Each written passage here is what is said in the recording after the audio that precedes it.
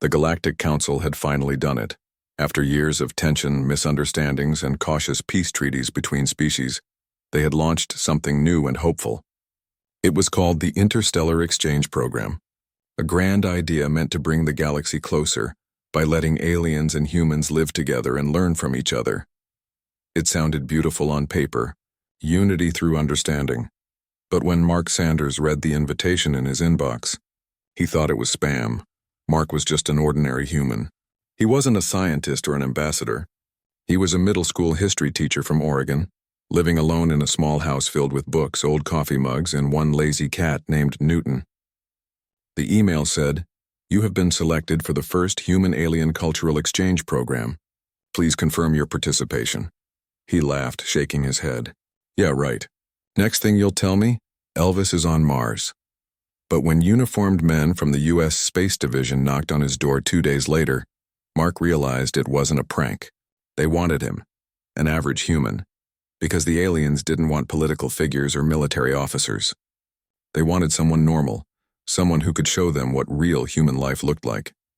Mark had no idea how to say no, partly because it sounded insane, but also because something inside him, a quiet spark that had dimmed over the years, started to glow again. Curiosity, wonder, the same feeling he used to get as a kid staring at the stars. So, after a week of forms, tests, and briefings that sounded like something out of a bad sci-fi movie, he agreed. And on a bright Sunday morning, his backyard became a landing zone. He stood there in his flannel shirt, clutching a cup of coffee as a silver-blue ship descended silently from the clouds. The air shimmered, humming with strange energy. His cat hissed and ran inside. When the ship's ramp opened, Mark forgot to breathe. The alien who stepped out was unlike anything he'd imagined. She was tall, maybe 7 feet, her skin glowing faintly like moonlight on water. Her eyes were large and silver, reflecting everything like mirrors. She wore a long robe that shifted colors as she moved, and her voice when she spoke was soft yet echoed like music. "Greetings, human Mark Sanders," she said, bowing slightly. "I am Vera of the Shaylin Collective. I come to learn your ways." Mark blinked. Hi, welcome to Earth?" Her eyes brightened. "It is smaller than expected." "Beautiful, though. And humid." He tried not to laugh. "Yeah, Oregon weather's kind of famous for that." Vera tilted her head, studying him with an intensity that made his skin tingle. "You are soft," she observed. "Biological, fragile, yet you smile. Why?" Mark wasn't sure how to answer. "Because that's what we do when we meet someone new, I guess. It's polite." She pulled out a small glowing device and spoke into it. Observation 1. Humans display facial distortions to indicate goodwill. Unclear if genuine. Facial distortions. You mean smiling? Yes, smiling. It appears threatening, Mark groaned. This was going to be a long 6 months. Still, as the day went on, he found her fascinating. She asked endless questions about food, clothes, houses, trees, pets, and why humans needed so many chairs. When he showed her a refrigerator, she gasped as if he'd opened a magical chest. "You store food in frozen chambers," she said, awestruck. "Incredible survival method." Mark laughed. "Yeah, it's called not wanting spoiled milk." By evening, she had taken over half his living room with glowing instruments, data screens, and something that looked suspiciously like a floating fishbowl. She said it was her translation node. Mark watched her touch the window, looking at the sunset. The sky turned orange and pink, and for the first time her glowing eyes softened. "It is beautiful," she whispered. "On my world, the sky never changes color. It is always silver." Mark smiled quietly. "Yeah, sunsets are one of the best parts of being human." Vera looked at him again, studying his expression as if it were the most important data she'd ever collect. Then she nodded, almost gently. "I will learn your traditions," she said. "I will understand what it means to be human." Mark didn't realize then how serious she was, or how many misunderstandings would follow. As stars filled the sky and her ship powered down for the night, he looked up and chuckled softly. What could possibly go wrong? Vera turned her silver gaze toward him. "That is an interesting question," she said. "I will record your answer when it happens." Mark stared at her for a moment, then sighed. "Yeah," he muttered. "This is definitely going to go wrong." And above the quiet suburban neighborhood, the stars shimmered, as if the universe itself was holding back laughter. The next morning, Mark woke up to a strange humming sound coming from the kitchen. For a second, he thought his fridge was dying again, but when he walked in, he froze in the doorway. Vera was standing there. Well, floating, actually, about a foot off the ground, surrounded by a faint blue glow. She was staring at the toaster like it was some kind of divine artifact. "I have observed your heat device," she said proudly. "It glows, hums, and burns bread. Remarkable technology." Mark rubbed his eyes. "You're talking about a toaster?" "Yes. You transform ordinary food into carbon with precision," she said, sounding genuinely impressed. "Your species are true innovators." He sighed, grabbing his mug. "Wait until you see the coffee maker." She leaned closer as he brewed his morning coffee, watching the steam rise like it was a holy ritual. "This dark liquid, it fuels your kind?" "Yeah," Mark said, yawning. "Without it, humanity would probably stop functioning." Vera's silver eyes widened. "You consume energy potions to remain operational. Fascinating." Mark tried not to laugh, but honestly, he didn't blame her. To an outsider, most human habits did look strange. After breakfast, Mark decided to show her around town. He thought it might help her understand Earth a little better. But that was easier said than done. He gave her a baseball cap and sunglasses to hide her silver skin, but she still turned heads everywhere they went. People whispered, some stared, and one kid even asked if she was from a movie. Mark tried to keep her calm. "Just smile and wave." Vera nodded and immediately grinned in a way that made everyone step back. Her smile showed a few too many sharp teeth. "Was that incorrect?" she asked, tilting her head. Maybe less teeth next time." She took notes on a small glowing pad. "Humans fear excessive dental display, understood." At the local grocery store, things got even more interesting. When they walked in, Vera froze, staring at the shelves stacked with bright boxes and endless snacks. So much food. And all of it, pre-packaged. "You humans have conquered hunger itself." "Yeah," Mark said, pushing the cart. "Or maybe we just snack too much." Vera picked up a can of beans, scanning the label. "Ingredients: water, salt, sugar, and preservatives." "What is a preservative?" "It keeps food from spoiling."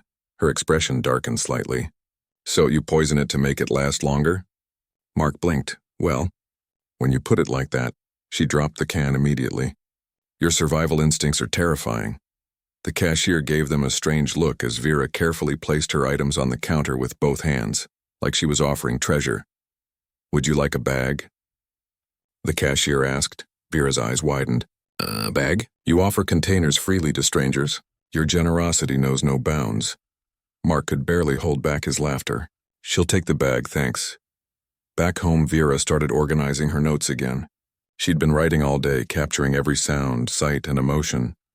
"Your species relies heavily on symbols and gestures," she said as she worked. "You wave, nod, blink, smile, frown. Each means something different. It's beautiful, but exhausting."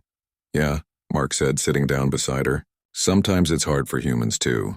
Half the time we don't even understand each other." She looked at him thoughtfully. "That explains why your people use so many words. You are always trying to be understood." Her voice softened when she said that, and Mark felt something shift in the air. She wasn't just observing anymore, she was feeling. He smiled a little. "You're not wrong, Vera. We mess up, we misunderstand, but we keep trying." Vera nodded slowly. "Perhaps that is your true strength." That evening, as the sun dipped low again, she stood by the window watching the light fade. Her reflection shimmered softly on the glass. "This world," she whispered, "is full of noise and color and warmth. On Shaylin, everything is calm, ordered, perfect, but here everything moves and changes. It feels alive." Mark leaned against the doorframe. "Yeah, Earth's messy, but it's ours." She turned, her eyes glowing softly in the dim light. "Messy," she repeated, smiling faintly. "I think I like messy," Mark chuckled. "Then you'll fit right in." As the stars began to appear, she pointed at the sky. "You humans look up at those lights and dream," she said quietly. "We Shaylin look down at them and calculate. Perhaps I will learn to dream too." And at that moment, Mark realized something. Vera wasn't just learning about humans. She was slowly becoming one. Vera had been living on Earth for almost 2 weeks, and by now, she had seen enough strange things to fill 100 research logs. She had watched people laugh for no reason, argue and then hug and cry while watching fake stories on television. Humans fascinated her, messy, emotional, unpredictable humans. But lately, she had started to notice something different in Mark. He smiled often, but there was always something behind it, something quiet and heavy. Sometimes at night he would sit on the porch with a mug of coffee, just staring at the stars. He didn't talk much then, just looked up with tired eyes that held stories she didn't yet understand. Vera wanted to learn more, not just about humans, but about him. So one morning she asked softly, "Mark, why do humans perform so many rituals? Birthdays, weddings, funerals, holidays. You mark time with emotion." Mark smiled faintly. "Because it helps us feel connected. Life goes fast. We do those things to remember what matters." She tilted her head, her silver eyes glowing softly. "Then I wish to perform one, to honor this home and our exchange." He chuckled, not realizing how serious she was. "Sure, Vera, maybe you can join us for Thanksgiving next month."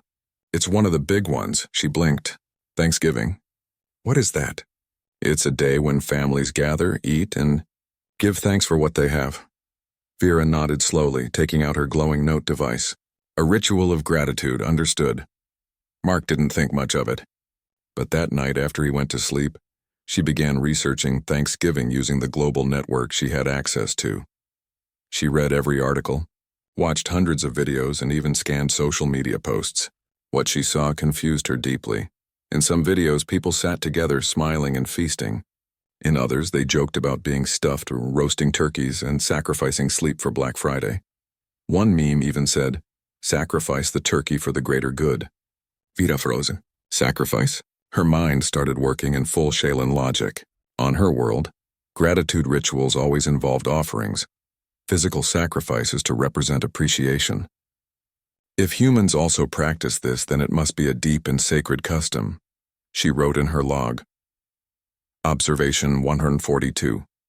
Thanksgiving is a ritual of gratitude involving a ceremonial offering, often performed with roasted creature or symbolic substitute.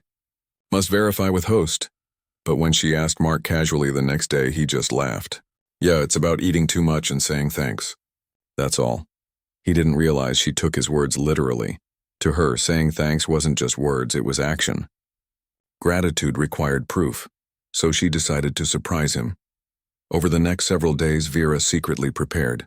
She spent hours studying Earth's biology and material science to find a proper offering. She wanted to give Mark something he valued, something worthy of his kindness. She noticed he often talked fondly about one thing, the thing he cared for every weekend. Washed, cleaned, and proudly maintained, his lawnmower. To her, it looked like a mechanical pet, loyal and hardworking. Mark even called it old reliable. That must be important, she thought. She whispered to herself one evening, "Then I shall honor him the human way, by offering what he values to the flames of gratitude."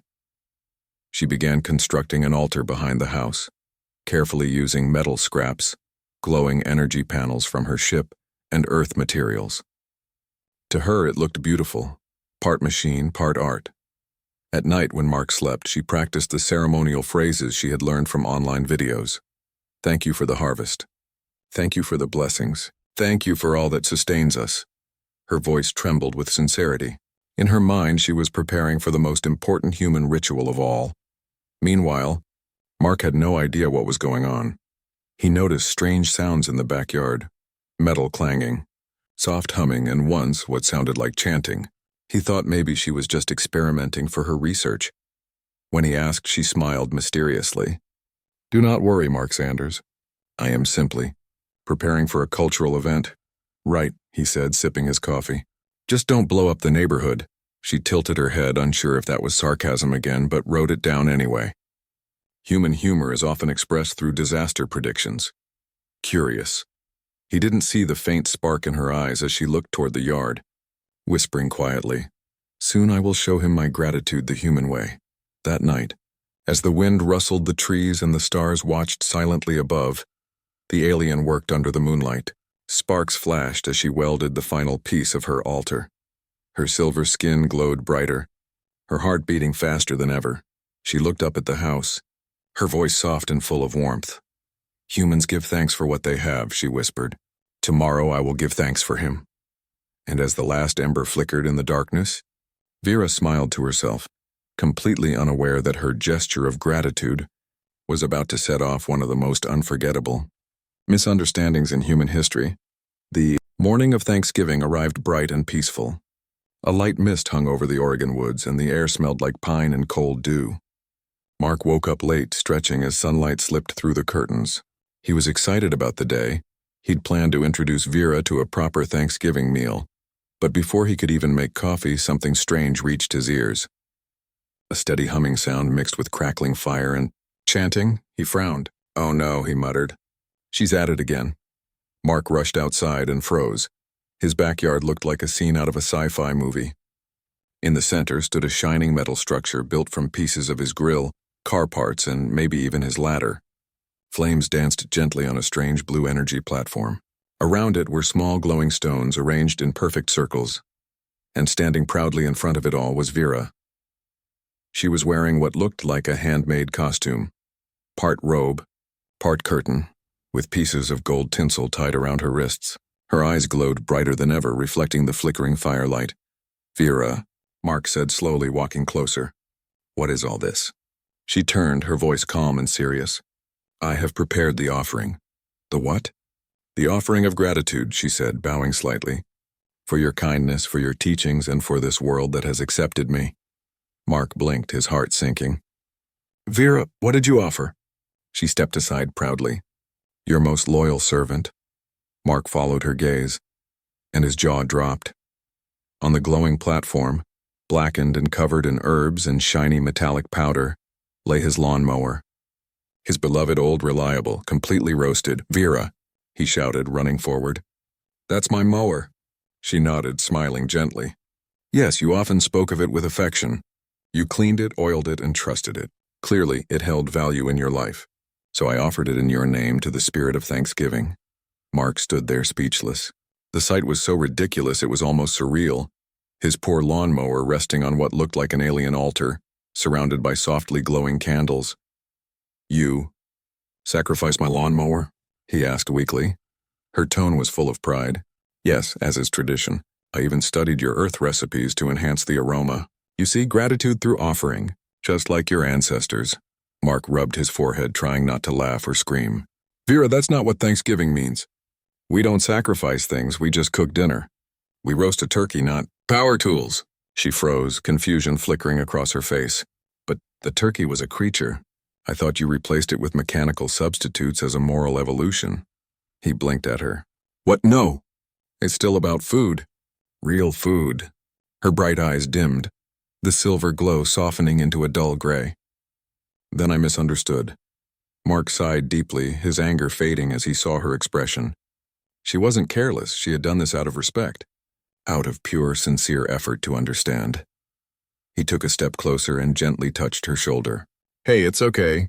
You tried to do something nice. It's just a big mix-up." Her voice trembled slightly. "On Shaylin, gratitude must be proven through giving something important. I wanted you to know I value what you've given me. But now I have only caused offense." Mark smiled softly. "Vera, humans don't always need proof. Sometimes it's enough to just say thank you. We don't need to burn our lawn equipment to show it." She blinked, then looked at the smoking remains of the mower. "Then I have destroyed something precious for nothing." He chuckled quietly. "Don't worry about it. I was planning to get a new one anyway." That was a lie, of course, but she didn't need to know that. Vera tilted her head, eyes glowing faintly again. "You would lie to make me feel better?" He smiled. "Sometimes kindness is more important than truth." She wrote something in her glowing notepad. Observation 287. Humans heal with words, not logic. Mark laughed. "That's pretty accurate." Later that day, instead of feeling upset, he invited her back inside. Together they made mashed potatoes and cranberry sauce. Well, he made them while she watched curiously, scribbling down notes on culinary customs of the emotional species. When the turkey came out of the oven, she stared in awe. "So this is the true offering," she whispered. "A feast shared, not sacrificed," he nodded. "Exactly. It's about togetherness." As they sat at the table, she looked at him for a long moment before saying softly, "Mark Sanders, I am thankful for this lesson. Not just about food, but about forgiveness." Mark smiled, lifting his glass of sparkling cider. "Then let's make a new tradition. No more burning machines, okay?" Her eyes gleamed with quiet amusement. "Understood. Next time I will only roast edible beings." He almost spit out his drink, laughing. Let's just stick to potatoes for now. And as laughter filled the small house, Vera smiled, a real one this time, small and warm. Without sharp teeth, somewhere outside, the smoke from her ceremonial fire curled into the sky, carrying, perhaps, the strangest Thanksgiving wish the galaxy had ever seen. After the great lawnmower sacrifice, as Mark jokingly called it, things in the house slowly returned to normal, well, as normal as life could be when living with an alien who once tried to perform a Thanksgiving ritual in your backyard. Vera was quieter for a few days after the incident. She spent hours reviewing her notes, watching human documentaries, and staring at the sky as if searching for answers among the clouds. The cheerful glow in her silver eyes had dimmed slightly, replaced by a look of guilt and thoughtfulness. Mark noticed. He didn't like seeing her that way. She had come to Earth to learn, and even if she'd made a few wild mistakes, her heart had been in the right place. One evening, as he sat on the porch drinking coffee, she joined him silently. The air smelled of rain, and tiny drops began to fall, tapping softly on the wooden railing. "You are upset?" Mark asked gently. Vera shook her head. "Not upset, just reflective. I study humans, but every lesson I learn shows me how little I understand. I observe your laughter and tears, your rituals and chaos. You are so contradictory." Mark chuckled. "That's a good word for us. Humans are walking contradictions." She turned to face him, her glowing eyes soft and curious. "How do you live like that? To feel so much and still continue smiling?" Mark stared into the rain for a moment, thinking. Because that's what makes life worth it. The mistakes, the mess, the moments we don't understand, they make us human. We keep trying anyway. Vera tilted her head. On Shaylin, emotion is controlled. We value logic above all things. Mistakes bring shame, not growth, but here, even when you fail, you find meaning in it. It's strange, but beautiful, he smiled. You're starting to sound human already. The next morning, Mark decided to teach her something new, a real human activity that didn't involve fire or misunderstandings. Today, he announced, we're going to cook properly. No altars, no sacrifices, no alien tech. Vera blinked. Manual preparation of food? How primitive. Primitive, Mark said with a grin. But delicious. He showed her how to mash potatoes, slice vegetables, and mix seasoning.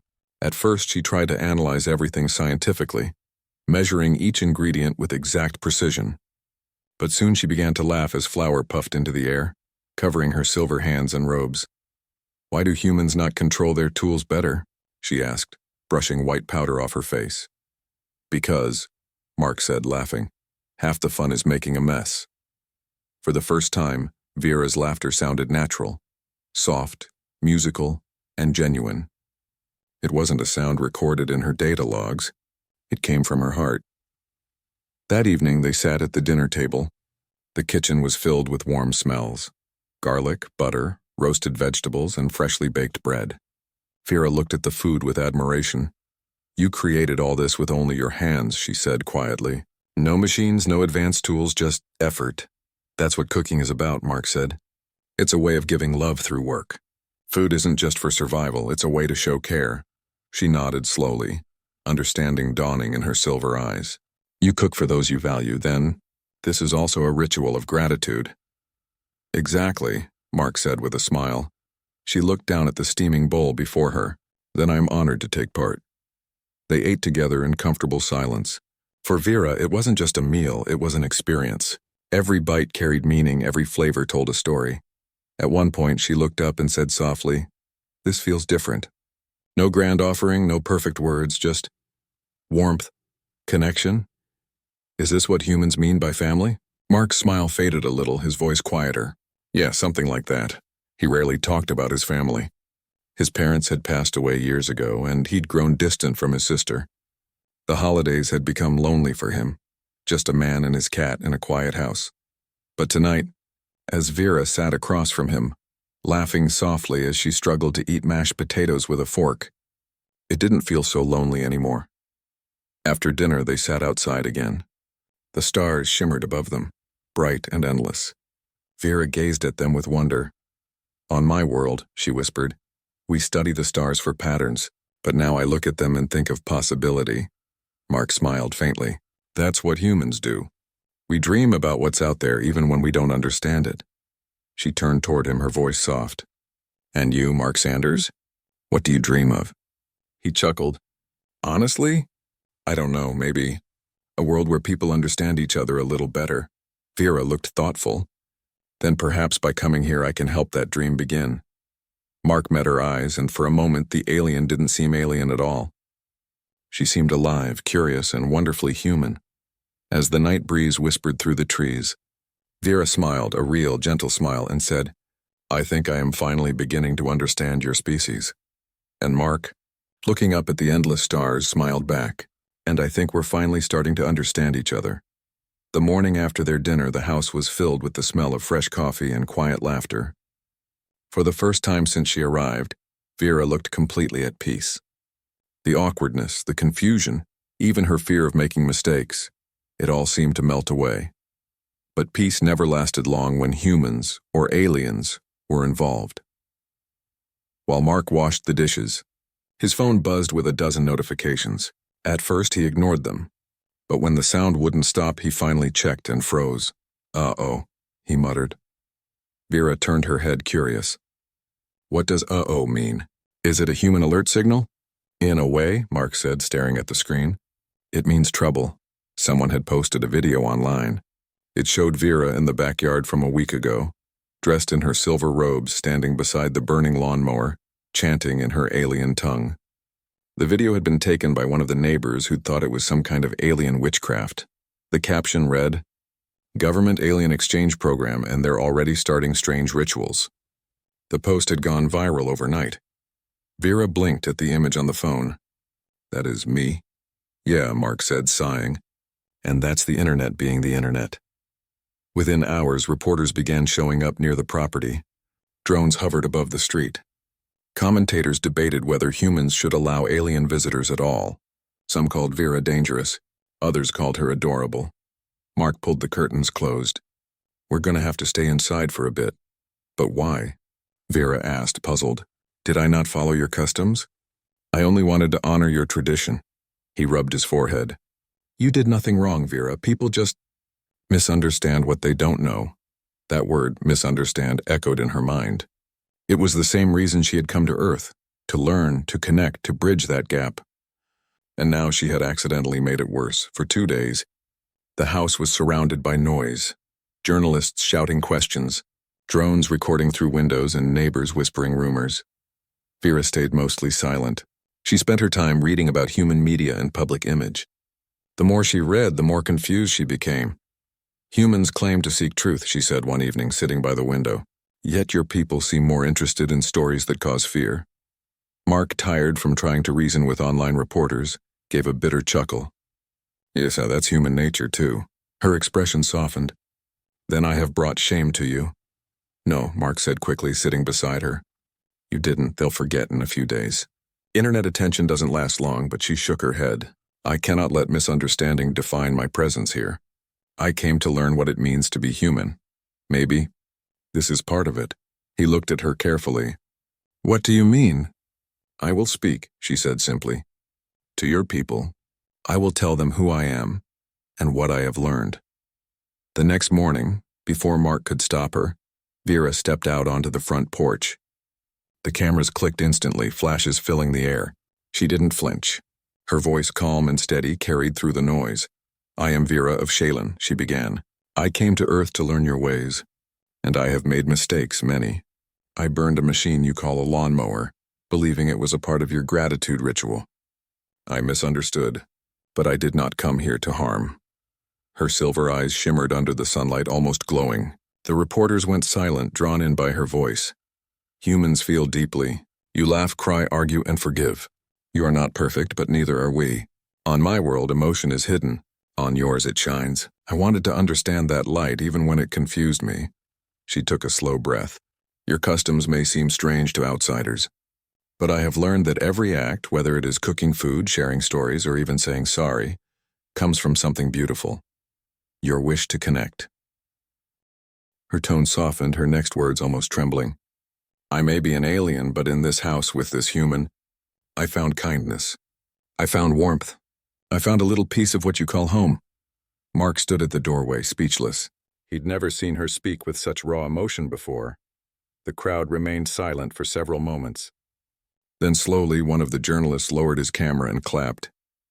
Others followed. Within minutes, the same feeds that had mocked her began praising her courage and honesty. The headlines changed from "Alien Ritual Gone Wrong" to "Alien Teaches Humanity About Understanding." That night, as the noise faded and the street emptied, Mark and Vera sat on the porch again. "You didn't have to do that," Mark said quietly. "I did," she replied, "because I wanted them to see what I saw, that humanity is worth knowing even when it is messy." He smiled, shaking his head. "You know, you might just be the best ambassador Earth's ever had." She looked at him and smiled gently. "Perhaps, but it was you who taught me how to be one." The sky was clear that night, stars scattered like silver dust across the blackness. And for the first time since she'd landed, Vera didn't look like a visitor anymore. She looked like she belonged. Weeks passed after Vera's speech, and life slowly settled back into peace. The reporters left, the drones disappeared, and the house was quiet again. But something had changed, not just around them, but between them. Vera no longer seemed like a guest.